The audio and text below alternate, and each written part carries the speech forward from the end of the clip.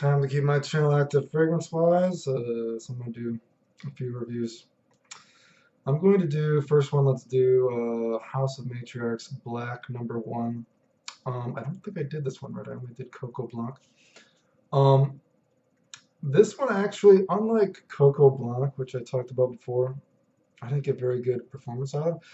This one, performance-wise, I have a pretty good scent bubble when I've tried this one, so performance wasn't like terrible, wasn't like a complete skin scent. Smell-wise, I would describe it as something like, let's say you took a shower, whatever. Maybe you used some kind of nice herbal kind of shampoo or something like that. Kind of just a hint of sticky green sweetness, just a pinch of it. So some kind of nice kind of herbalish kind of shampoo. Maybe you live in a log cabin because you're rich enough to buy this kind of stuff in the first place. And you start to dry off and you go and you sit down on your leather chair and you open up the window. Maybe you have some logs by the fire because if it was cold enough you could light a fire.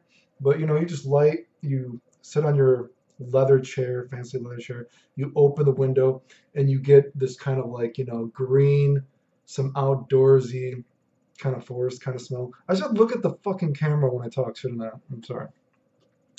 Whatever the case, so, you're sitting, you're relaxing, falling asleep on your fancy leather chair, you open the window, and you get this gust breeze of the outdoors, green, whatever, like with just a pinch of green sweetness. And when the wind is coming, you kind of smell a little bit of this herbal shampoo. You get little whispers of it, you know what I mean?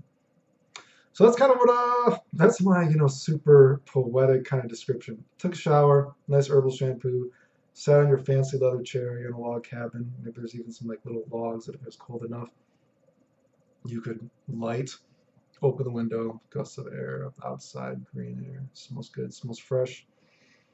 It's not really my kind of scent, but I think it's good. Objectively speaking, I think it's actually better than Coco Blanc, even though I would have liked to like Coco Blanc better because I like sweeter scents, but Coco Blanc was just so light on me and it wasn't actually sweet enough for me, my taste. So objectively speaking, I actually think Black, #1 is actually better. And the performance is pretty decent.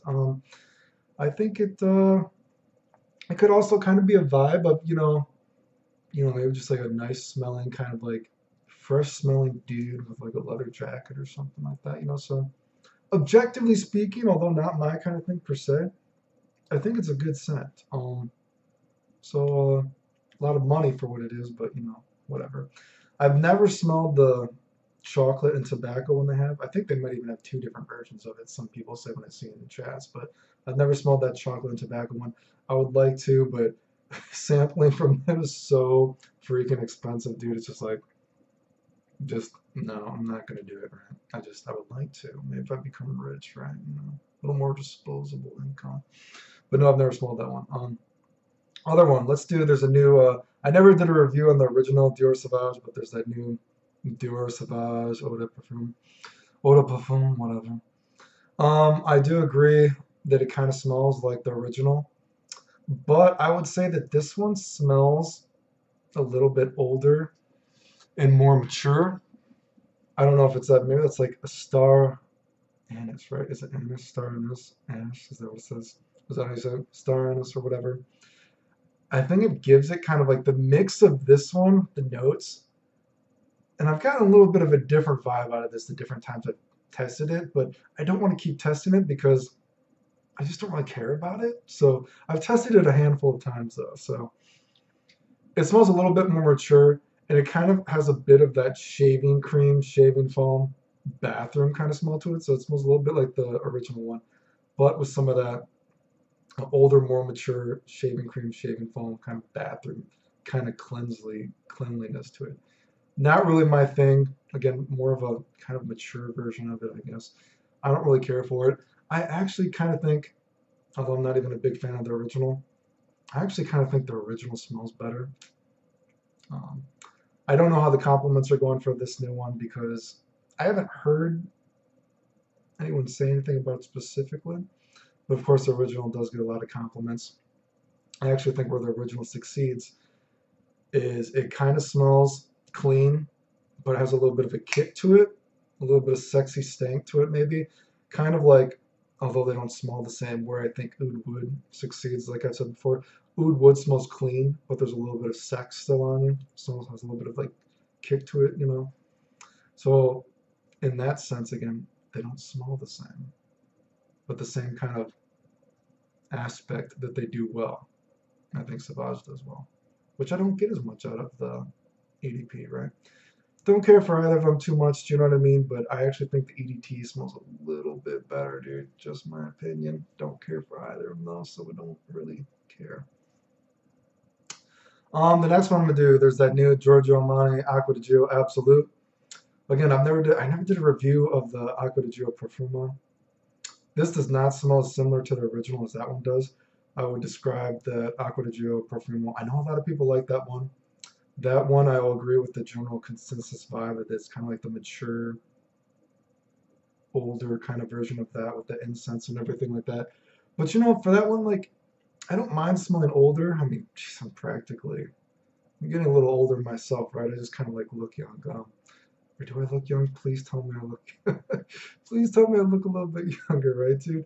Um, Again, a lot of times when I want to smell like older, I just think there's so many other fragrances that I would rather wear than something like Acqua di Gio Profumo. I'm into the daddy thing, whatever. I don't mind smelling a little bit older, but if I want to smell a little bit older, a little bit more of that sexy vibe, there's just so many other tons of fragrances that I would rather wear than that. But yeah, so Acqua di Gio Profumo, you know, I know a lot of people in the community like it, or they get a lot of compliments with it, but it's just kind of like, you know, older version, mature version. And I know it's kind of sexy to some people, but it doesn't do anything for me personally. But Acqua di Gio Absolute, you know, when you see the bottle, again, I'm going to agree with a lot of people. You see it and you're like, oh man, this is going to be like more ambery, resinous, you know what I mean? You know, thick. I like that kind of thing. I like little yummy kind of fragrances like that. And it does have a little bit of yumminess, but I wish it had a little bit more. I agree that it kind of goes along the lines of, I think some people probably think it smells a little bit more generic, cliche, stereotypical, because it's more kind of a fruity sweetness kind of thing. But in terms of that kind of stereotype, generic kind of smell, I don't mind that because I like sweet scents. So that kind of stereotypical generic sweetness doesn't bother me. I wish it was a little bit more. It is kind of light, so it's kind of disappointing. But what people complain about it, that maybe a stereotypical generic, whatever, that doesn't bother me. I actually wish it was more sweet and resinous, which it, you know, I would say this is in the tier of go to Sephora, pretend that you've never smelled it before, get free samples tier. Like I'm making that tier. I don't know if anyone's ever done that for a tier list of fragrances, but I have so many fragrances, it's hard to I don't have the disposal income for this. So it's like, dude, pretend that I haven't smelled this, go to Sephora to get random samples. That's the kind of tier I'm gonna say this is. I will say I haven't experienced this on skin, but on paper, because you know I test on skin and I test on paper, there is a bit of a BO smell to this. I think that kind of, you know, sometimes you smell a fragrance, there's kind of like an aquatic BO kind of smell, just a tinge. This does actually have that kind of aspect on paper. I've never smelled it on skin when I've tried this on skin like that, but sometimes, you know, or when I have tried it on paper and I've like smelled the tester strip or whatever, I'm like, man, there's just a hint of that kind of aquatic BO smell. Like I could see someone, like if this actually mixes with your skin like that, I could see someone thinking that you kind of smell, you have a pinch of BO, right? And not in the kind of like sexy way. Some kind of fragrances kind of smell have a bit of sex on them. This just kind of has a kind of like slight pinch of BO period smell. Not terrible like say Fedon's Antigua. Was that the one that smells like BO? I forget. What is that one? I don't remember. ASMR. And last one I'm gonna do this is another fragrance I'm gonna give a Sephora. Pretend you've never smelled it and sample it here. Mont Blanc Legend. Legend Night. Is that the new one? Whatever. It came out towards the end of last year, I think, after the summer. This one I agree with the idea that it kind of smells like in the same vein of Versace Eros. I've always thought Versace Eros smells good though because I like sweet scents. so it doesn't bother me. Performance on this one is pretty subpar though. The scent bubble you have is pretty close to you. Last time, it's like, I'm not saying doesn't totally go away, dude. Like I can smell it, later on in the day, but the bubble you have around projection is not very good. But again, it kind of smells like around the same lines of Eros.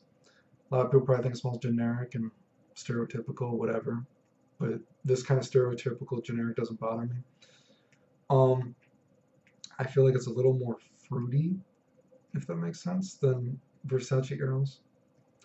God, I should have worn it before I did this review. I wore it a while ago. I just don't do fragrance reviews enough.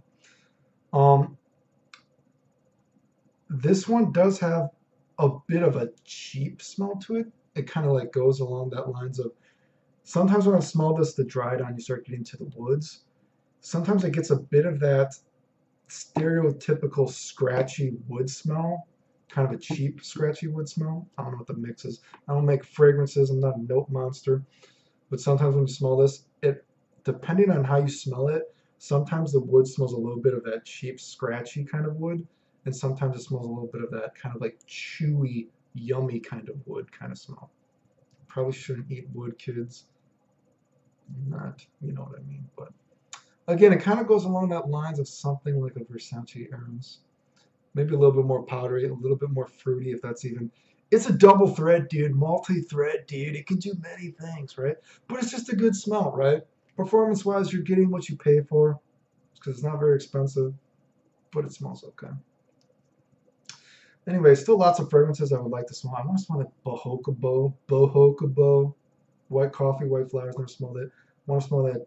I've still never all these years gone around to smell that Daniel, Jose's, Amber Tobacco. A lot of fragrances I got to smell, but I can't fucking justify fragrances half the time anymore, dude. So that's why I don't do it very often. But keeping my channel active fragrance-wise. Thanks for watching, and